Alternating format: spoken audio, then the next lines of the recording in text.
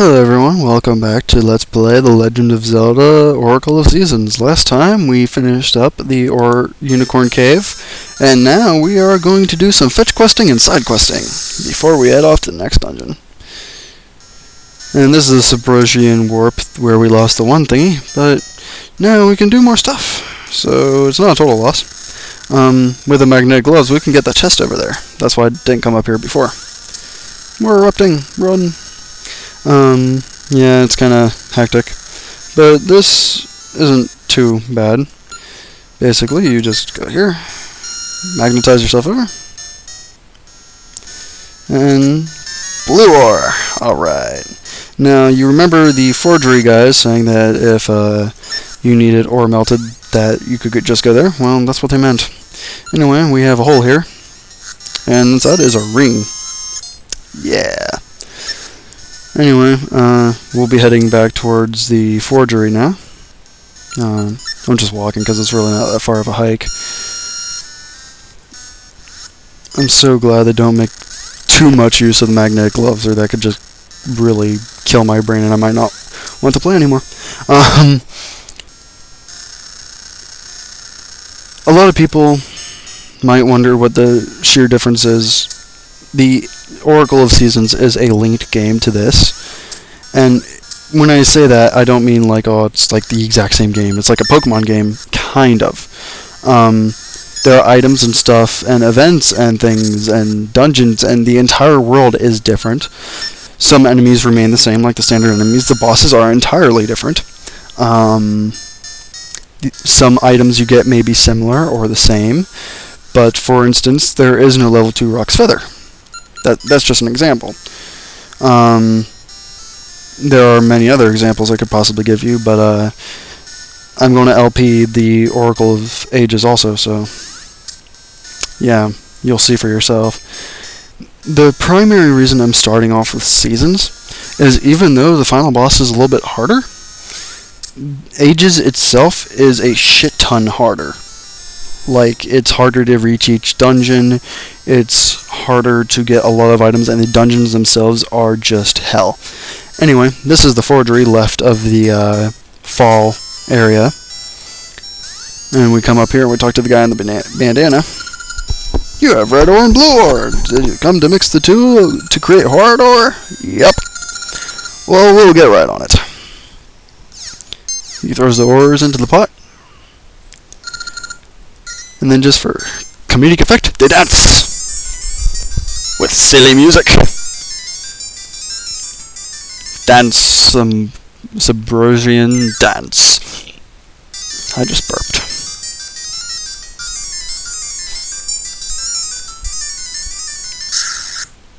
And you get the hard ore. Your hard ore is done. Watch out, it's hot. We just walk over and pick it up with our bare hands. You got hard ore! Now, a lot of people wonder what to do with this. I'll show you. Had me confused the first time, too. They can't make the shield for you primarily. But, yeah. There is a certain place that you wish to go to get your shield. And don't worry, this is pretty easy to figure out. Especially if you're watching my videos. Jump across. Yeah. I'm sorry I get excited whenever I make that jump, because it's not really supposed to be a legal jump. Head to the left, and ignore the key doors that Rosa dealt with before. And you want to head to the left of the bridge as opposed to across it, and enter this house here. And inside is a smithy. Welcome to the Subrosian Smithy. We do the finest work in the land, but we take only jobs that interest us. The two in back are masters of the trade. I'm just a manager. The master speaks. Is that so? The master misses nothing. That hard ore could make your cheap shield amazingly fine. So what'll it be? This is a trick question.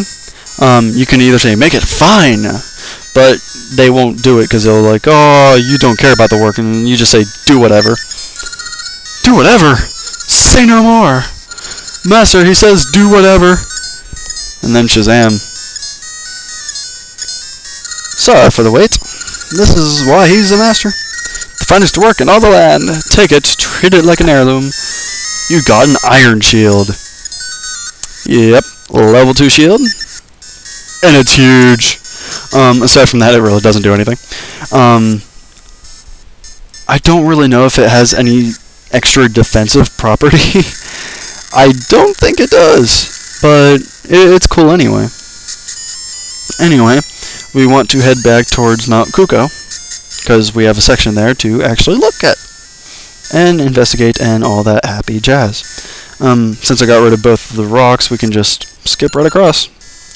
And now I've pretty much connected all sectors of the Subrosian Underground, which is really good, because we're going to be walking back and forth around here for a while to come. But, remember where we got the dragon key? Well, we're heading back towards there. Only this time, we go further. Which is good, because I'm pretty sure you're tired of seeing the same areas over and over and over. Honestly, I think they put level 5 a little close to level 1. Anyway, this time you want to whip out your shovel. Haven't used it in a while. You can also use moosh, but do whatever. Here we have a cave. There's my bombs. And this is actually really useful. I could have done this earlier, but I chose not to. If I remember correctly, there might be mimics here. So you just want to be ready for that. And you climb up here. And there are toughies here. If I remember correctly, there might be a chest over there, so I'll get that on the way back. Anyway, up here, I don't know their names. I'm just going to call them the Lion Knights. They take 6 hits, and you can't stun them with your sword. I do believe a level 2 or level 3 sword can force them back. Don't quote me. You jump down here, in this cave, and you talk to him.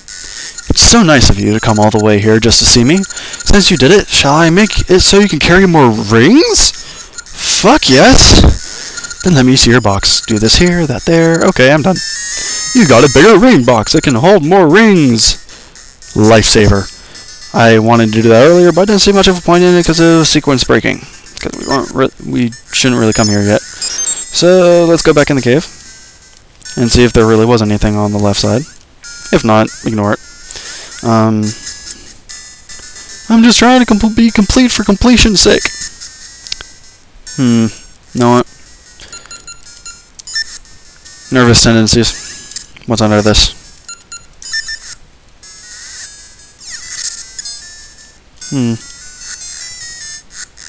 Oh, okay. Nothing. It is a pointless room. Go us. But we did get a fairy out of it, and I was a little hurt, so we continue on. And that wasn't all we're doing in Mount Kuko. We're also skirting these assholes, killing that one. Moving along. Part of the fetch quest also continues here. Oh, damn it! You know what? I don't have a whole lot of money, so if this does come back to bite me, oh well. But burn the middle tree. This is the door. Shh, don't tell. We get 300. Oh yeah. Remember that one, kiddies. Anyway, we come to Goron Mountain. Have the feather equipped. Not much to say or do, except for the fetch quest, of course. You want to be ready to jump across lava, of course.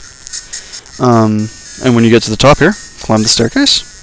Yeah, it's Bigoron from Ocarina of Time, and minorly in Majora's Mask, anyway.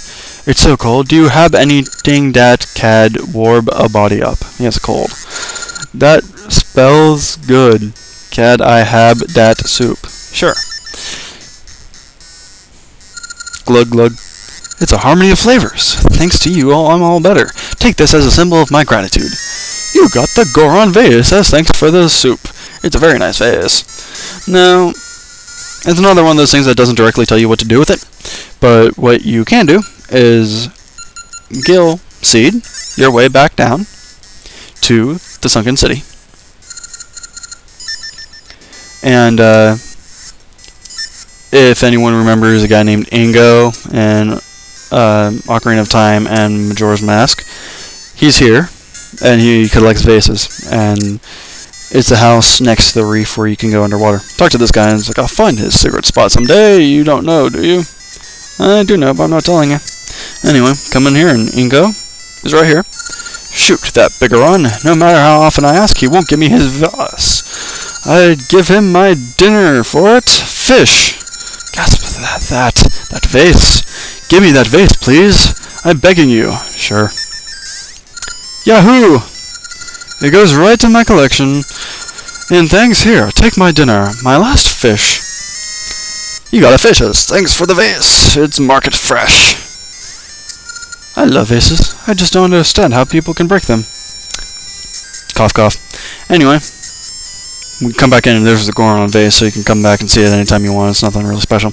Anyway, you may ask yourself, what the fuck can you do with a fish, right? You warp back to Horon Village.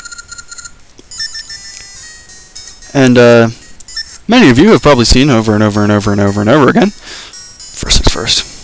We got rings and money to pay for the rings. This one is the Zora ring. Dive without breathing. That's what this ring is. I'll add it to your list.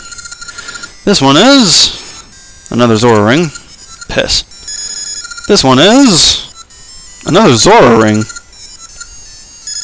That has never happened before. Moving along. Oh yeah. Since we have more room in our box now, you want to go to the list, and now we have 2 extra spaces. We can hold 3 rings now instead of just 2. Well, 1. The rings I want are the Red Holy, and the Zora ring for now. So we can dive without breathing. That's going to be useful here in a moment. You may ask how? Well, when it says dive without breathing, let me just equip the ring right now.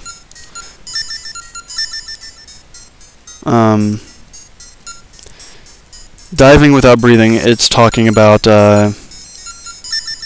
actually going underwater and not having to come back up. Seriously. Anyway. Come back here. You may have recalled several hundred times while I passed through this area, there was a man screaming into a megaphone at a kitty. Look, no matter how much I call her, my precious Mittens won't come down. If only I had her favorite treat, fish.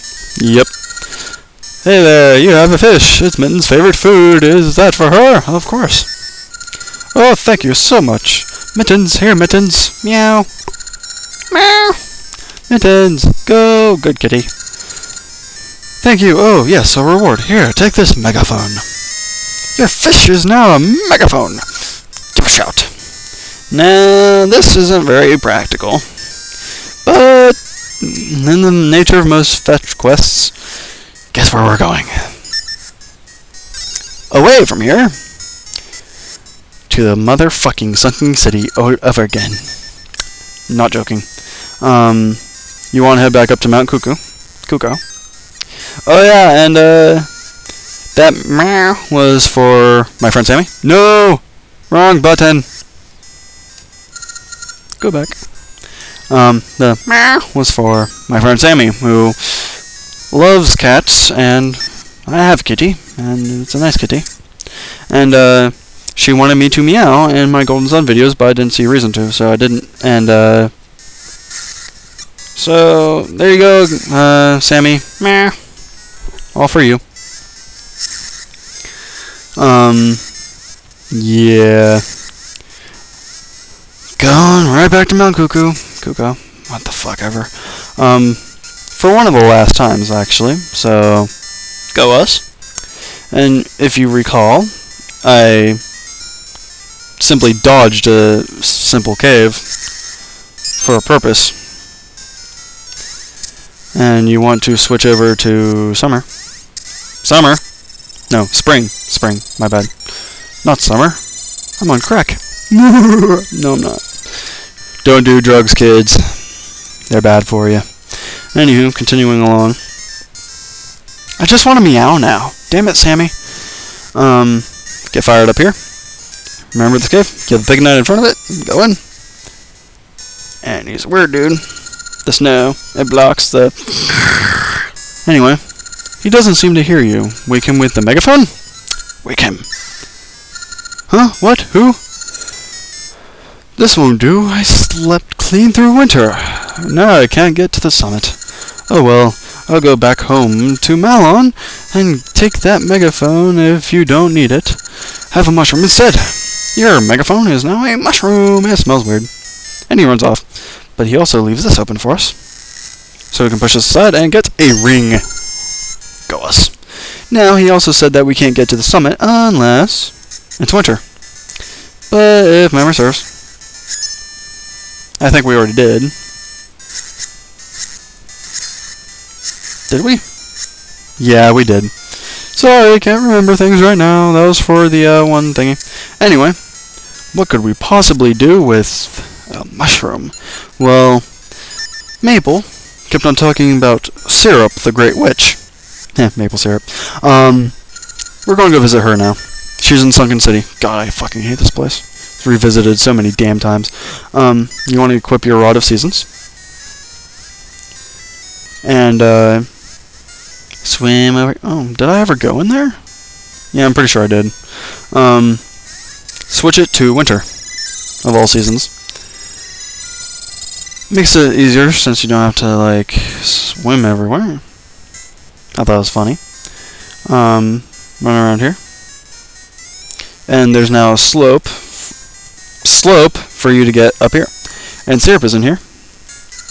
It may just be a rumor, but they say there's a giant up on the mountains. He sounds scary, but I want to meet him. I want a pet, one that will always be at my side. The giant was bigger on, and if Maple were here, I'd send her to Mount Kuko for mushrooms. But since she hasn't come back, I can't make magic potion. Sniff, sniff, that scent. You've got a mushroom. I'll trade my wooden bird. How about it? Okay. You traded the mushroom for a wooden bird. It looks real. Hee. I can finally make my magic potion. I guess I'll open my shop soon. So, in the nature of all things awesome, you can now buy magic potion from her. Awesome? Very awesome. I don't intend to use one for a while, but... You want to go back to Horon Village now. And during winter, there are ember seeds here. Just for the record. And since we have 1 or 2 rings, I think 1. But let's see what it is. I call this the Subrosian ring. Become a Subrosian. Yeah, the transforming rings don't really do anything. I'll be the first to admit that. They do turn you into that sprite. You can't attack as that sprite, though. I do believe that enemies of that sprite won't damage you. Anyway, you want to come into the clock shop. I want to make a Kuko clock better than any before, but I can't find a wooden bird that I like. One that's just breathtaking. You, that's an amazing bird you have. May I? Sure. Breathtaking. Here, take this. You got engine grease for your bird. What more could we do? One may ask, but I already know the answer to that. Remember the windmill guy? We're going over there now. Yeah, again, my practice file, I pretty much ripped right through a lot of this. So, yeah. My last video was really freaking long. I just looked at the frame rate of that damn thing. Anyway, you don't want to come up here. Anyway, there's a piece of heart over there. We'll go get that in a few. I could have gone that earlier. Damn it. Anyway, go up this staircase, and then go up this staircase, and you come to him. Go around, go around. If I could only just oil it, it would go around more quickly. Engine grease. Would that make it go quickly? Sure. Really? Take my phonograph. You traded your engine grease for a phonograph. What a tune. And that goes really fast. Anywho, that is pretty much it for the swap quest. No joke. The next time we use it, we can get directions to our prize. But, yeah, I'm going for that, piece of heart. You want to go to this... Kill the freaking moblin first, dude. You want to whip out your Rod of Seasons and switch to winter. I could have gotten this earlier. Completely forgot about it, really. Climb up here. Go left. And it's always going to go faster whenever you see the windmill. Oh, fuck you, Maple. I don't care. Here's your piece of heart. 1. All in all, there's enough piece of heart to make 3 hearts. There's 12 pieces of heart in all, so I only have 5 so far, and we're getting pretty far in the game, but that's not a big issue right now. So we re-enter town, and if you take a quick look at the map, you'll notice that there are sparkles now from the treasure map. So now we can use the treasure map to find stuff! And that's what I'm going to do before the end of the video. And then this will be the first time there'll be more than one video between dungeons. Shit. I broke stride, but this is kind of necessary, so it's bound to happen eventually. Yeah. Let's plant another seed here, because it's easier to get to. Speaking of, I'm eventually going to have to go back for those Gasha seeds. Gasha nuts, whatever. I miss Maple's encounter. If you miss her, you can just kill another 30 enemies to get her back. Anyway, you want to go down from here. And since we have the Zora's Ring, we can do whatever we want. Never have to worry about damage. Anyway, you want to visit this guy over here. Talk to him. Oh, Keeper of the Essences, I have awaited your arrival. I give you this. You got the round jewel. Yeah, another jewel. That guy will only give you that if you have 5 essences. So don't try to bamboozle him. You'll know. Anyway, just keep swimming. Come up here. And there's a chest in here, and guess what's in it? A ring. I like the ring system. I enjoy the ring system. It's a nice system. I love it. Anyway, go back down. And your target is this place. However,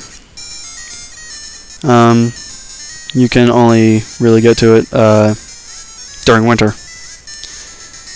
And let me check the map. Let's see if there's a stump somewhere. No, we have to... Oh. Sunk down, man. We can swim and not be bothered, and it's awesome. Until here. Anyway. We want to come back up here. Get out of my way. Get out of my way! We want to come back up here and switch the season to winter. So we can kill those trees and be on our way. God, I sound so evil. Let's kill those trees! Yo. Yeah, it's a pretty simple concept. Again, I love the gimmick for seasons.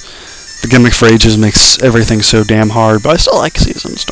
Ages, don't get me wrong. It's a well done game, and the difficulty is just brutal. Anyway, you want to pull out your shovel real quick here. And if I just aim a little bit better here. Anyway, we have a cave that needs a good bombing. So we give it a good bombing. And it opens, and we're in. And inside, the square jewel. That is 4 jewels, and I'm not even going to go there. You want to use your Gale Seed, a Gale Seed, and probably the closest one would be the Pegasus tree, and you want to go to the right. Remember that trunk that leads to the next area? Go in. And you put the jewels in. Your jewel fits perfectly. Your jewels fit perfectly. In her mouth. Bow chicka bow wow. Your jewels fit perfectly. And that's all 4. And then the gate opens. And that, everyone, concludes this video. And also, enter the awesome ass music. Next time, we will enter the Tarm Ruins, because that's where we are. And until then, this has been Fenrir. Everyone take care, and I'll see you guys next time. Hope to see you soon.